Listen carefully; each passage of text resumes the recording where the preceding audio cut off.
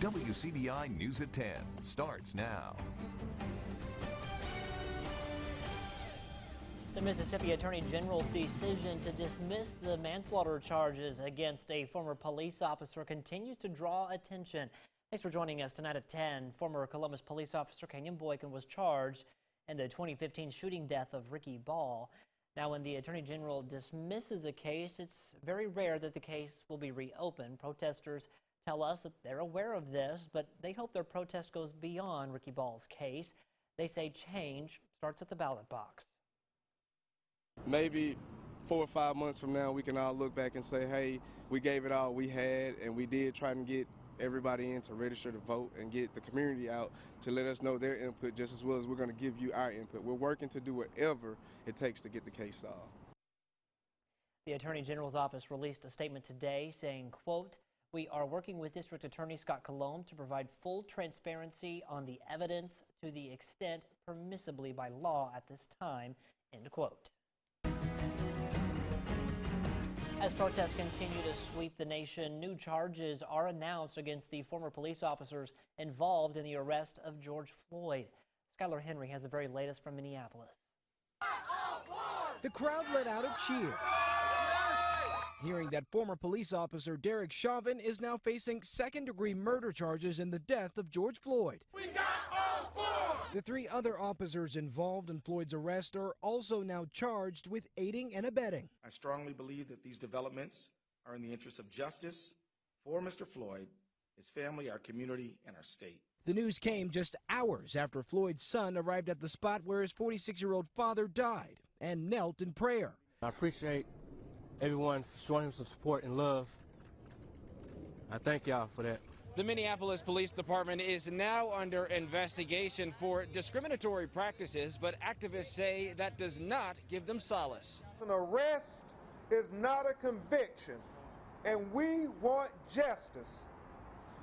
You know, we don't want partial justice, we want whole justice. Former President Obama held a virtual town hall late Wednesday, urging the nation's mayors to review police use of force policies. We both have to highlight a problem and make people in power uncomfortable, but we also have to translate that into practical solutions and laws that can be implemented.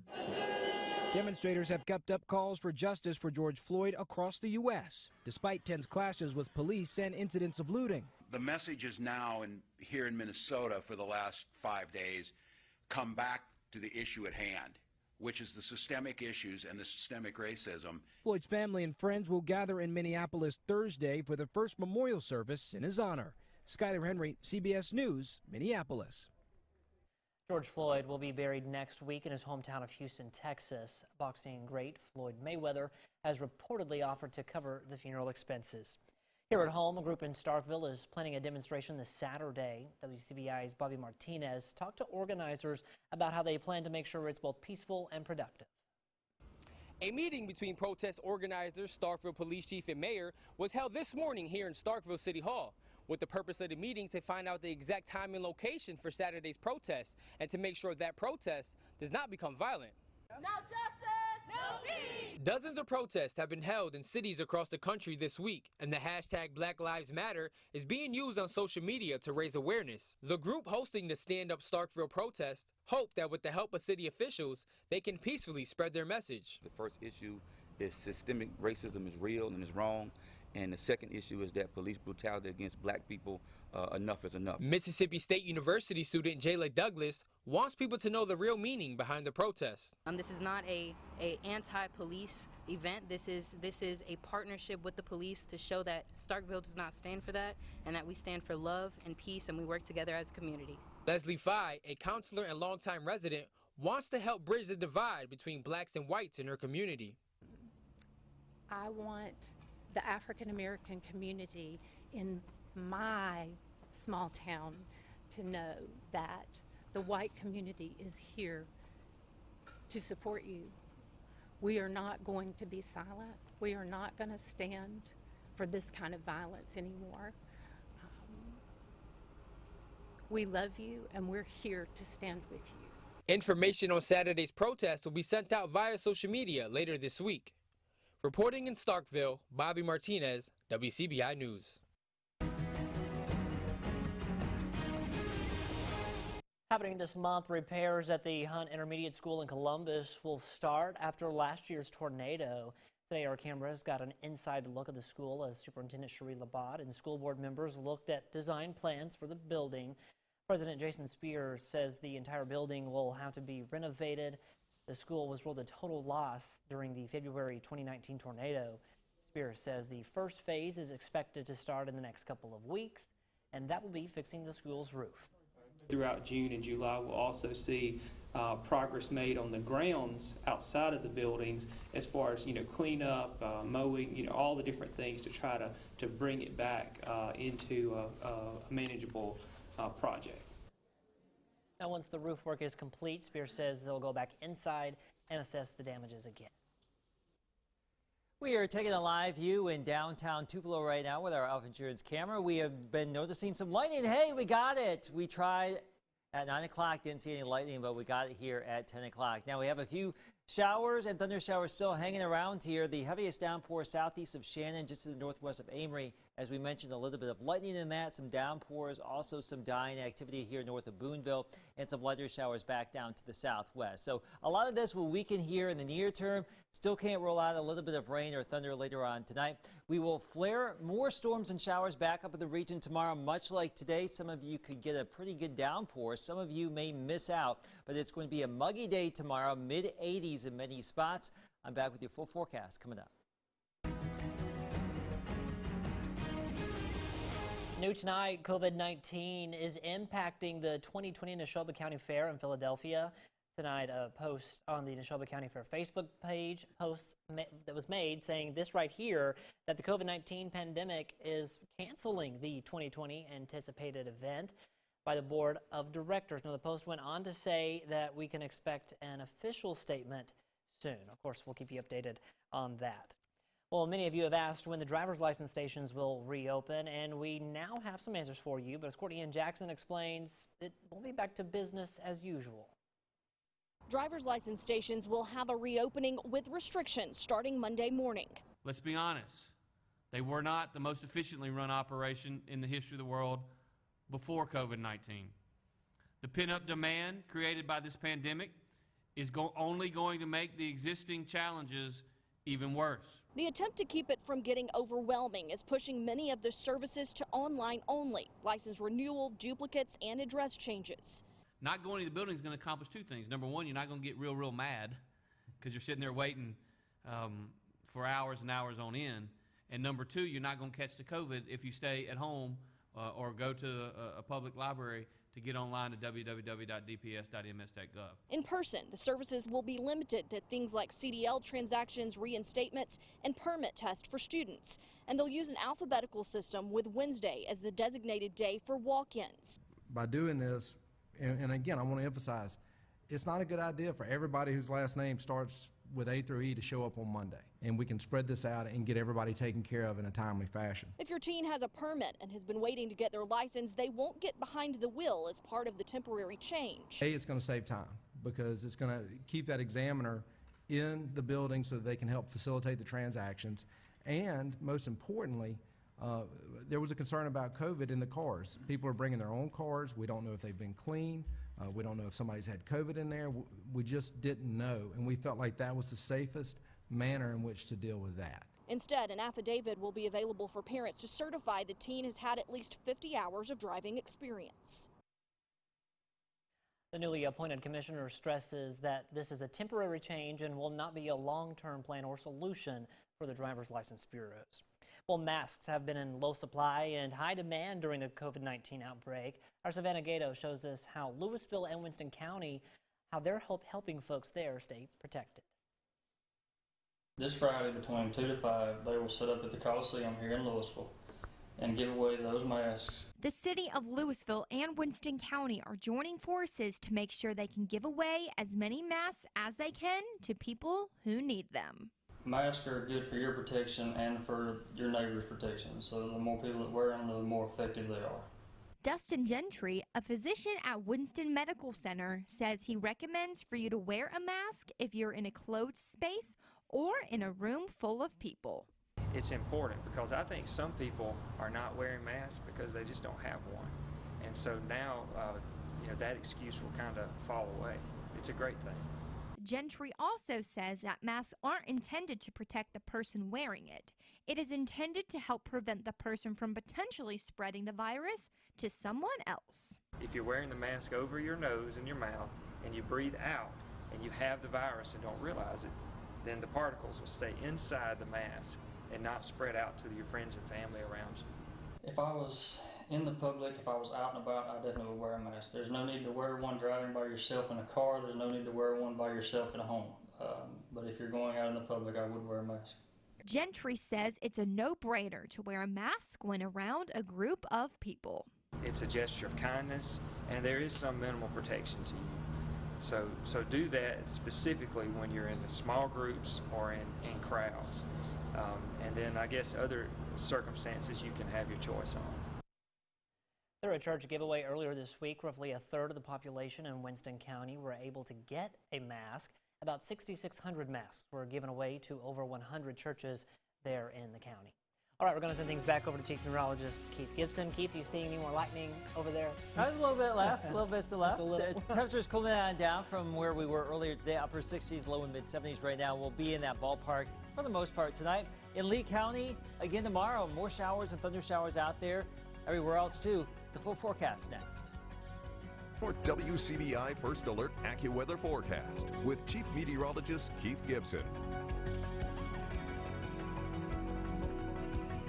Showers and thunder showers around the region today. Some of you getting in on a very good downpour. Some of you missing out completely. A lot of cloud cover in the wake of the storms and showers moving down through the region. That's our Alpha Insurance Camera Network. A live view in downtown Tupelo. We showed you some of that lightning earlier. That thunder shower quickly collapsing now. So a lot of this is falling apart, but still some downpours near Amory and some other rain out there. But as typical this time of year, once we get past sunset into the late evening hours, a lot of what we do develop during the day tends to go away. But we still could see some additional showers or thunder showers later tonight into tomorrow morning. But generally during the heating of the day, that's our best opportunity. Now, we mentioned the rainfall here, anywhere from nothing to over 2 inches of rain in some spots earlier today and this evening. So you know it if you got it. We've got some helpers tonight. Our First Alert forecast, JoJo, Polly, Sally in the car for a ride to the dog park tomorrow. Well, maybe early in the afternoon we'll have scattered storms and temperatures in the 80s. It will be warm and muggy. In the morning, though, we think there probably won't be a lot of activity. Upper 60s, low 70s at 7 o'clock. But there still could be some rain out there, so don't be fooled there that you don't see a lot of green on the map for tomorrow morning. It is possible. Also, as we get into your afternoon, notice how we'll just see an explosion of showers and storms across the region.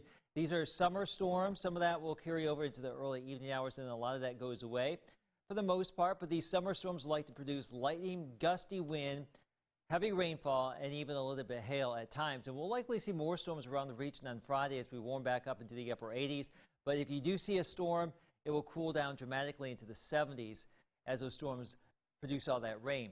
91 Saturday, 90 on Sunday. We are watching the Gulf of Mexico as we get into the weekend. Let's have the latest on Tropical Storm Cristobal. This is the latest advisory, hot off the digital press at 10 o'clock, 45-mile-per-hour sustained wind, essentially moving ashore here in Mexico. The center right there, very well defined. It will hang out, weaken a little bit as it remains over land for the near term, and then likely intensifies as it moves closer to the northern Gulf Coast by early next week or late Sunday. For us, still iffy whether or not we'll see a lot from this. We'll keep you updated as we go throughout the weekend. Let's check out your AccuWeather 7-day forecast. I'm getting a hard wrap here. Scattered showers and storms through Friday. There's your weekend.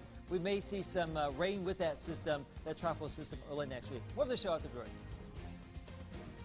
Welcome back, everyone. Cardiovascular disease, including heart disease and stroke, accounts for over a third of all deaths in the Magnolia State. Mississippi's CVD mortality rate remains the highest in the nation. We learn more in tonight's Health Talk with Baptist. Hi, I'm Belinda Sanderson, Director of Quality at Baptist Memorial Hospital Golden Triangle. Last time, we discussed the FAST method of identifying a stroke. Tonight, I want to review additional ways to tell if you or someone else is having a stroke. If you or anyone else is experiencing these symptoms, seek medical attention immediately. Sudden numbness. sudden numbness or weakness of the face, arm, or leg, especially on one side of the body. Sudden confusion, trouble speaking or understanding speech. Sudden trouble seeing in one or both eyes. Sudden trouble walking, dizziness, loss of balance or coordination. Sudden severe headache with no known cause. A transient ischemic attack is often called a mini stroke, but in reality it's a major warning sign. A TIA is a temporary blockage of blood flow to the brain. Since it doesn't cause permanent damage, it's often ignored, but this is a big mistake. TIAs may signal a full-blown stroke ahead. When it comes to spotting stroke and getting help, the faster the better. That's because prompt treatment may make the difference between life and death, or the difference between full recovery and a long-term disability. Join us next time for Health Talk with Baptist as we discuss additional steps to take to lower your risk of having a stroke. Mail your topic suggestions to healthtalk@wcbi.com. Health Talk has been brought to you by Baptist Memorial Hospital Golden Triangle. Heritage Academy didn't need to travel far to find its newest baseball coach. More on the high school sports coaching carousel next in sports. Here's sports with Tom Ebel. 2 days after the official return to campus, multiple reports confirming that an Ole Miss athletic staffer and one student athlete has tested positive for COVID-19. Those reports also saying the 2 confirmed cases were asymptomatic, and additionally 3 student athletes were not allowed on campus due to pre-screening confirmation of the virus. The NCAA allowed athletes to return to campus on June 1st. A pair of talented Ole Miss freshmen received national recognition for their performance in the shortened season.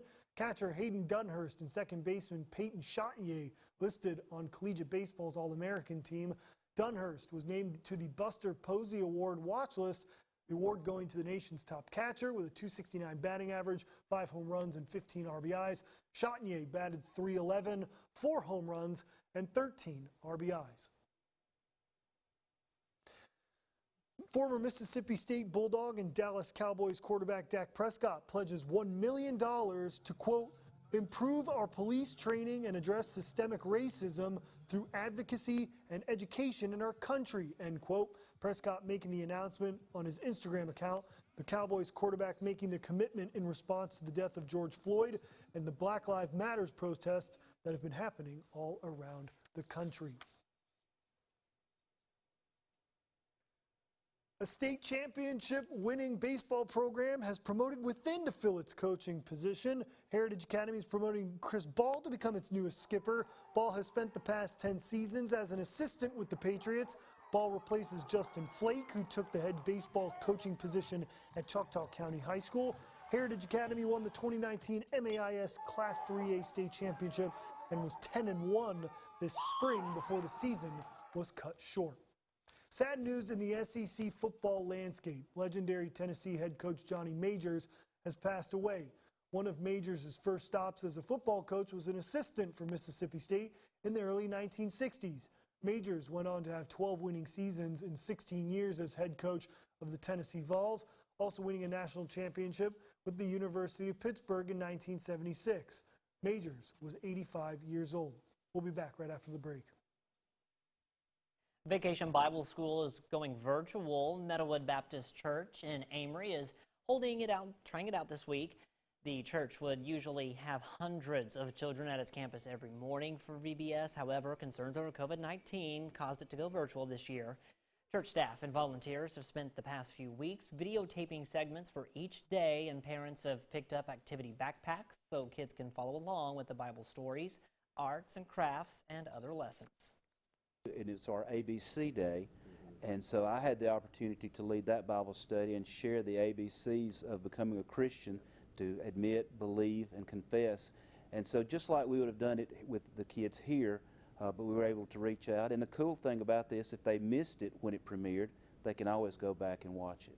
And it says this. Now the VBS there runs through Friday there at Meadowwood. People can view the VBS online at the church's Facebook and YouTube pages. And we do have an opportunity for some more scattered storms tomorrow and for Friday. The weekend's looking okay. Early next week's out, we're watching that tropical system still up in the air. We'll keep you updated. All right, sounds good. Thank you so much, Keith. Thanks for watching, everyone. Have a great night. We'll see you right back here tomorrow.